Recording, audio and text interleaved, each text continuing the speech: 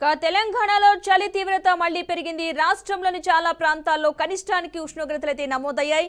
Single digit కే టెంపరేచర్లు పడిపోవడంతో చలి తీవ్రతకు ప్రజలు గజగజ వణికిపోయారు. ఉదయం సాయంత్రం వేళల్లో బయటకు రావాలంటేనే భయపడే పరిస్థితి అయితే ఏర్పడింది.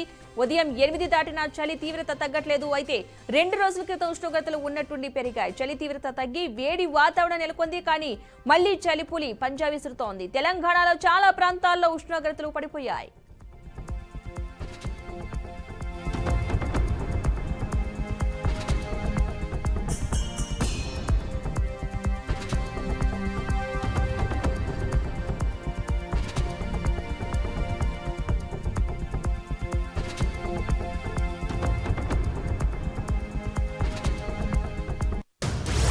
ఇదే అంశానికి సంబంధించిన పూర్తి సమాచారాన్ని మా ప్రతినిధి బాసిత్ అందిస్తారు.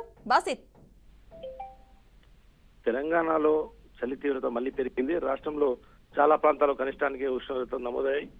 సింగిల్ డిజిట్స్ కే టెంపరేచర్లు పడిపోవడంతో చలి తీవ్రత ప్రజలను గజగజ వణికిపోతున్నారు.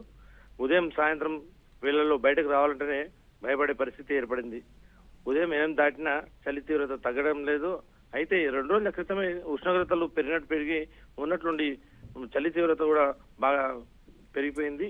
వేడి తగ్గిన ప్రాంతాల్లో చలి తీవ్రత బాగా పెరిగింది. కానీ మళ్ళీ చలి పంజా విసురుతుంది. తెలంగాణలో చాలా ప్రాంతాల్లో ఉష్ణోగ్రతలు పడిపోయాయి. తెలంగాణలోని మళ్ళీ పెరిగిన చలి తీవ్రత ఈ జిల్లాలో కనిష్ట ఉష్ణోగ్రతలు మరో 3 రోజులు కూడా ఇదే పరిస్థితి ఉండే అవకాశాలు ఉన్నాయని వాతావరణ శాఖ తెలుపుతుంది. తెలంగాణ రాష్ట్రంలోని మెదక్ జిల్లాలో 10.8 డిగ్రీల ఉష్ణోగ్రత నమోదు కాగా ఆదిలాబాద్ 13.2, రాజేందర్ నగర్ 13.5 డిగ్రీలు, పటాన్చెర్లు 13.4, హకీంపేట 13.6, దుందిగల్ 16 డిగ్రీలు, మహబూబ్నగర్ లో 19.2 డిగ్రీల కనిష్ట ఉష్ణోగ్రతలు నమోదవుతున్నాయి. ఇదే విధంగా చూస్తుంటే వృద్ధులు, పిల్లలు చాలా ఈ చలికి తీవ్రతకు చాలా ఇబ్బందికరంగా మారింది. వాళ్ళు బయటికి వెళ్ళాలంటే కూడా చాలా కష్టతర పరిస్థితి. వాళ్ళు చూసి వెళ్ళాలని చెప్పి డాక్టర్లు కూడా సూచిస్తున్నారు.